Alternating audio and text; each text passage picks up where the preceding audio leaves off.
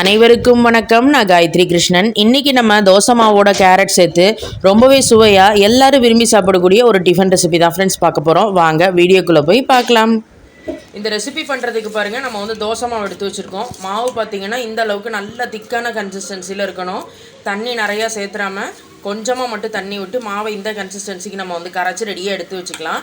இப்போ இதில் சேர்க்க போகிறதுக்கு நான் இன்க்ரீடியன்ட்ஸ் எல்லாம் ரெடியாக வச்சுருக்கேன். அது என்னென்னு சொல்லிட்டு பார்த்துருவோம்.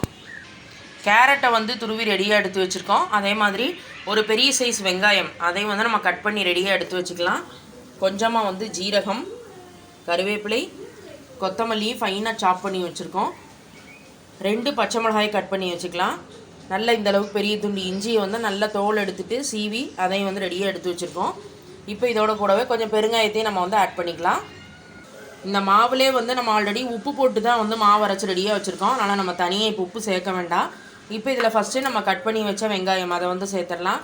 கூடவே நம்ம துருவி வச்ச கேரட் அதையும் வந்து நம்ம உள்ளே ஆட் பண்ணிக்கலாம். கொத்தமல்லி, கருவேப்பிலை ரெண்டையுமே வந்து நம்ம சேர்த்துடலாம். இது எல்லாமே வந்து இன்னும் மாவுக்கு நல்ல டேஸ்ட்டை கொடுக்கறதுக்காக தான். கட் பண்ணி வச்ச பச்சை மிளகாயும் உள்ளே ஆட் பண்ணிடலாம். சீவி வச்ச இஞ்சி, இதோட கூடவே ஜீரகத்தையும் சேர்த்துடலாம். கொஞ்சமாக பெருங்காயம் அதையும் வந்து நம்ம இப்போ ஆட் பண்ணிவிடுவோம். இப்போ இது எல்லாத்தையும் சேர்த்துட்டு நம்ம வந்து நல்லா கலந்து விட வேண்டியதான். ஃபஸ்ட்டு எல்லாத்தையும் சேர்த்து நல்லா மிக்ஸ் பண்ணிக்கோங்க. அதுக்கப்புறமா நம்ம வந்து தண்ணி சேர்த்து கன்சிஸ்டன்சிக்கு ஏற்றவாறு மிக்ஸ் பண்ணிக்கலாம். எல்லாமே நல்லா பைண்ட் ஆகிற மாதிரி நம்ம மிக்ஸ் பண்ணி விட்டுக்கலாம். சாதாரணமாக நம்ம தோசை மாவில் சாதா தோசையோட இந்த மாதிரி ஒரு தடவை நம்ம கேரட், வெங்காயம், இஞ்சி, பச்சை மிளகாய் எல்லாம் கலந்து சாப்பிடும் போது அது இன்னும் நல்ல டேஸ்ட்டாக இருக்கும். குழந்தைங்களுக்கெலாம் கூட கொடுக்கலாம், ரொம்ப ஆசையாக சாப்பிடுவாங்க. இப்போ இது எல்லாமே நல்லா சேர்கிற மாதிரி கலந்துட்டு இப்போ எங்களுக்கு கொஞ்சம் திக்காக இருக்கிற மாதிரி இருக்குது. கொஞ்சமாக மட்டும் நம்ம இப்போ இதில் தண்ணி சேர்த்துக்கலாம். ரொம்ப தண்ணி விட்டுற வேண்டாம். ஒரு 2 டேபிள் ஸ்பூன் மட்டும் நான் இப்போ இதில் தண்ணி சேர்த்துக்கிறேன். தண்ணி சேர்த்துக்கலாம். அவ்வளோதான். இப்போ இது எல்லாத்தையும் சேர்த்துட்டு நல்லா கலந்துக்கோங்க. கன்சிஸ்டன்சி வந்து சரியாக இருக்குது. இந்த அளவுக்கு நம்ம எல்லாத்தையும் சேர்த்து நல்லா மிக்ஸ் பண்ணி வச்சுக்கலாம்.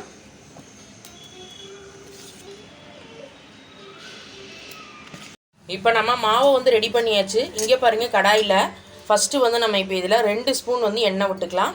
எண்ணெய் வந்து கொஞ்சம் ஹீட் ஆகட்டும். எண்ணெய் வந்து இந்த கடாயில் சுட்டதுக்கப்புறம் நல்லா ஸ்ப்ரெட் ஆகணும். பாருங்கள், இப்படி வந்து நம்ம ஸ்ப்ரெட் பண்ணி விட்டுக்கலாம். இப்போ நம்ம ரெடி பண்ண வச்ச மாவுலேருந்து நல்லா ஒரு 1.5 கரண்டி மாவு எடுத்து அந்த எண்ணெயில் நம்ம வந்து அப்படியே சேர்க்க போகிறோம். 1 கரண்டி விட்டாச்சு. இன்னும் ஒரு 1/2 கரண்டி நம்ம வந்து சேர்த்துக்கலாம். இப்போ அதை வந்து நடுவில் அப்படியே வந்து ப்ரெஸ் பண்ணி விட்டுக்கோங்க. பாருங்கள், இந்த அளவுக்கு கொஞ்சம் அப்படியே லைட்டாக மட்டும் நம்ம ப்ரெஸ் பண்ணி விட்டுக்கலாம். சுற்றி வந்து மறுபடியும் நம்ம 1 ஸ்பூன் வந்து எண்ணெய் விட்டுக்கலாம். இப்போ இதை வந்து நம்ம க்ளோஸ் பண்ணி வச்சுருவோம். இது வந்து மீடியம் ஃப்ளேம்லேயே இருக்கட்டும். எல்லாமே நல்லா வெந்து ரெடியாகணும். மீடியம் ஃப்ளேமில் வச்சுட்டு நம்ம இதை மூடி வச்சிடலாம். பார்க்கலாம் கொஞ்சம் நேரம் கழிச்சு. இப்போது ஒரு 2 to 3 மினிட்ஸ் மீடியம் ஃப்ளேம்லேயே வச்சுருந்தோம். இப்போ நம்ம ஓப்பன் பண்ணியாச்சு. ஒரு சைடு வந்து நல்லா ரெடியாக இருக்கும். அப்படியே மெதுவாக நம்ம எடுத்து திருப்பி போட்டுக்கலாம். பாருங்கள், எடுக்கும் போதே எந்த அளவுக்கு நல்லா வந்துடுது அப்படின்னு. நல்லா இந்த அளவுக்கு நல்லா எல்லோயிஷாக நல்லா சூப்பராக ரோஸ்ட் ஆகி வந்திருக்கு. இப்போ அடுத்த சைடு ரெடி ஆகட்டும். நம்ம வந்து க்ளோஸ் பண்ணி வச்சிடலாம். அடுத்த சைடும் நல்லா ரெடியாக இருக்கும். நம்ம ஓப்பன் பண்ணி பார்க்கலாம். பாருங்கள், இப்போ வந்து நம்ம இதை திருப்பி போட்டுடலாம். ரெடியாக இருக்கான்னு பார்ப்போம்.